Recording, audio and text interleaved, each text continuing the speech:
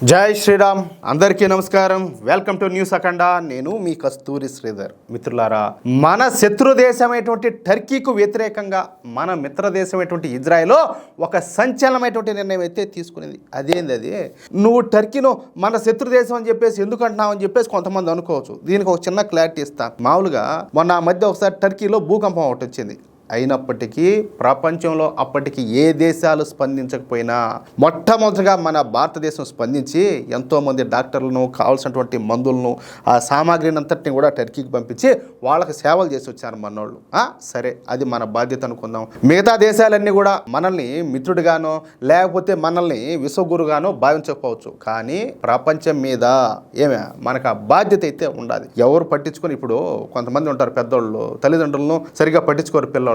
అయినా కూడా పెద్దోళ్ళు వాళ్ళు చేసే పనులు బాధ్యతగా వాళ్ళు చేస్తారు. అట్లాగే మన భారతదేశం కూడా ప్రపంచం పట్ల ఎంతో బాధ్యతగా ఉంటుందని చెప్పేసి దాన్ని బట్టి మనం అర్థం చేసుకోవచ్చు. మొన్న ఆపరేషన్ సింధూర్ సమయంలో మనకు పాకిస్తాన్కు ఆల్రెడీ ఘర్షణ వాతావరణం మొదలైపోయింది. మనోళ్ళు పోయి ఆపరేషన్ సింధూర్ పేరుతో పాకిస్తాన్ తుక్కుగా రాగొడతారు. కానీ మన దగ్గర సహాయం పొందినటువంటి ఈ టర్కీ మత పిచ్చితో వచ్చి పాకిస్తాన్ సపోర్ట్ చేసి ఈ బైరక్టర్ డ్రోన్లన్నింటినీ కూడా వాళ్ళకి అందించింది. అప్పుడు చెప్పండి, ఇప్పుడు మన శత్రువుకు సాయం చేసినప్పుడు ఏమవుతాడు? మనకు వాడు కూడా శత్రువే కదా. అందుకనే నేను ఈ టర్కీ వాడిని కూడా శత్రువు అని చెప్పి అనింది. సరే, ఇక అసలు విషయానికి వస్తే, ఒట్టోమన్ సామ్రాజ్యం అనేది 14వ శతాబ్దం నుంచి 20వ శతాబ్దం ప్రారంభం వరకు, అంటే దాదాపుగా 600 సంవత్సరాల పాటు కొనసాగినటువంటి ఒక శక్తివంతమైనటువంటి టర్కిష్ సామ్రాజ్యం. ఇది ఆగ్నేయ ఐరోపా, పశ్చిమాసియా, అలాగే ఉత్తర ఆఫ్రికాలోని చాలా భాగాలను అంతటిని కూడా నియంత్రించిందనమాట. ఇక్కడ మరొక విషయం ఏంటంటే, అనటోలియాలో ఒక చిన్న రాజ్యంగా ప్రారంభమైనటువంటి ఈ ఒట్టోమన్ సామ్రాజ్యం కాలక్రమంలో వియన్నా నుంచి పెర్షియన్ గల్ఫ్ వరకు, అలాగే అల్జీరియా నుంచి యెమెన్ వరకు విస్తరించింది. ఇప్పటి ఇజ్రాయెల్ దేశంతో పాటు ప్రస్తుతం ఉన్నటువంటి అరబ్ దేశాలన్నీ కూడా అప్పట్లో ఈ ఒట్టోమన్ సామ్రాజ్యంలోనే ఉంటా ఉన్నాయి. అంటే టర్కీ దేశం ఆధీనంలోనే ఉండేటి అన్నమాట. అప్పట్లో ప్రపంచంలోనే ఈ ఒట్టోమన్ సామ్రాజ్యం అతి పెద్దదైనటువంటి దేశంగా ఉంటా వచ్చింది ఒకానొక సమయంలో. అలాగే అప్పట్లో ఈ యూరోపియన్ దేశాలకు సంబంధించిన వాళ్ళు వివిధ రకాల వస్తువులను, అలాగే వ్యవసాయ ఉత్పత్తులను ఈ ఒట్టోమన్ సామ్రాజ్యానికి అమ్మి పొట్టబోసుకునేవాళ్ళు అనమాట. అంటే వాళ్ళ బ్రతుకు తెరువు ఆ విధంగా ఉంటా వచ్చింది. అప్పట్లో ఈ ఒట్టోమన్ సామ్రాజ్యం అత్యంత శక్తివంతమైనటువంటి సామ్రాజ్యంగానే కాకుండా అత్యంత ధనికవంతమైనటువంటి దేశంగా కూడా ఉంటా వచ్చేదన్నమాట. 14వ శతాబ్దం నుంచి 20వ శతాబ్దం వరకు 600 సంవత్సరాల పాటు ఈ ఒట్టోమన్ సామ్రాజ్యానికి ఎదురే లేకుండా పోయింది. అప్పట్లో బ్రిటిష్ వాళ్ళు కూడా ఈ ఒట్టోమన్ సామ్రాజ్యాన్ని కదిలించడానికి కూడా భయపడేవాళ్ళు అనమాట. అంటే అంత బలమైన, అంత శక్తివంతమైన, అంత ధనికమైనటువంటి దేశం అనమాట. ఇకపోతే 1914లో మొదటి ప్రపంచ యుద్ధం ప్రారంభమైంది.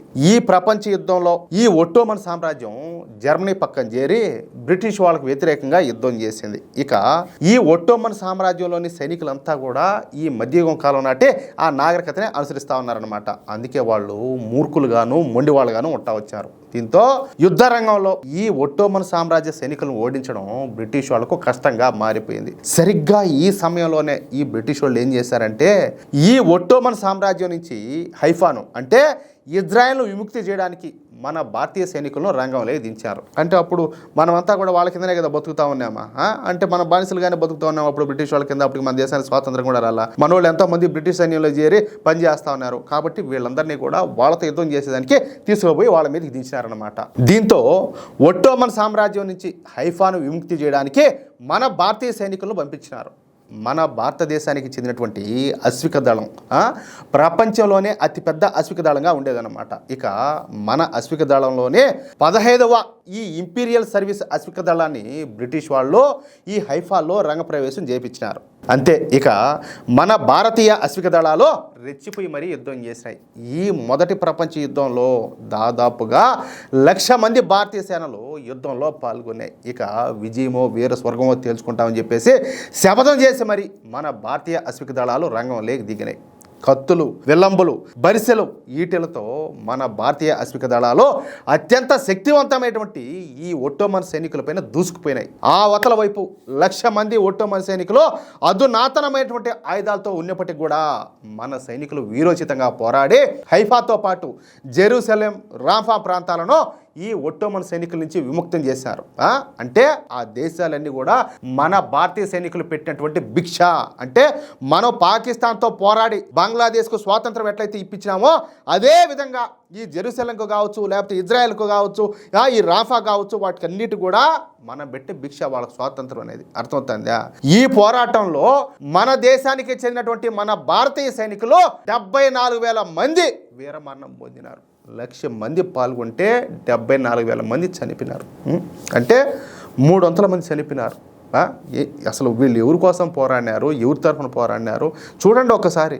మన వాళ్ళది ఏదంటే విశ్వాసం అనేది ఆ మాదిరిగా ఉంటుంది. ఒకసారి ఏదైనా కమిట్మెంట్ తీసుకున్నారా, ఒక కమిట్మెంట్ ఇచ్చినారా, నెక్స్ట్ లెవెల్ అంతే. చావనైనా చచ్చిపోతారు కానీ మాట తప్పరు. అట్లా ఉంటుంది అనమాట భారతీయుల యొక్క విశ్వాసం. అందుకనే ప్రపంచ దేశాలన్నీ కూడా చాలా వరకు భారతీయులు అంటే అంత విశ్వాసంగా, అంత నమ్మకంగా ఉంటాయి. ఎందుకంటే వీళ్ళు అన్యాయం చేయరు, వీళ్ళు ద్రోహం చేయరు, వీళ్ళు మోసం చేయరు అనేది మన పట్ల, అందులోనూ భారతదేశంలో ఉన్నటువంటి మెజారిటీ ప్రజలైనటువంటి హిందువుల మీద అంత నమ్మకం.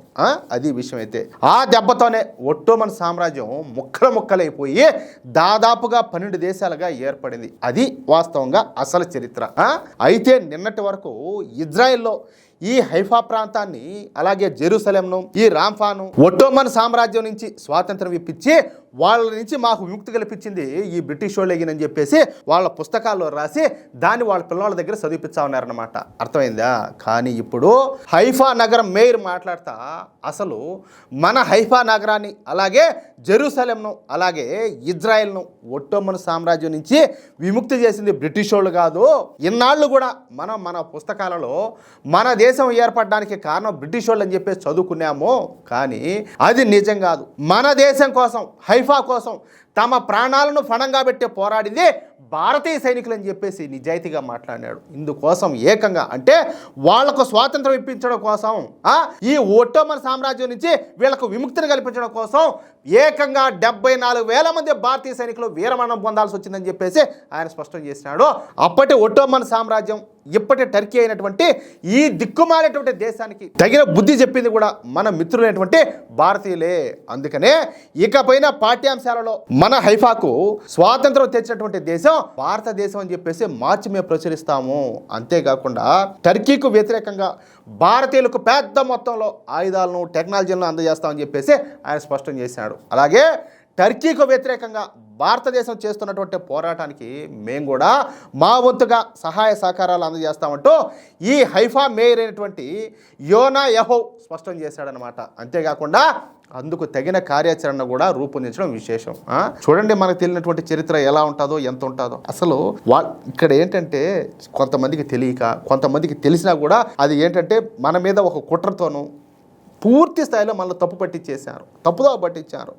అసలు ఈ రోటికి కూడా చాలామంది తెలియదు. ఓరే నాయన, ఈ విధంగా మనోళ్ళు పోయి బ్రిటిష్ వాళ్ళ తరఫున పోరాడి వాళ్ళందరికీ స్వాతంత్రం ఇప్పించారని చెప్పేసి ఎంతమంది తెలిసి ఈరోజు ఈ వాస్తవం.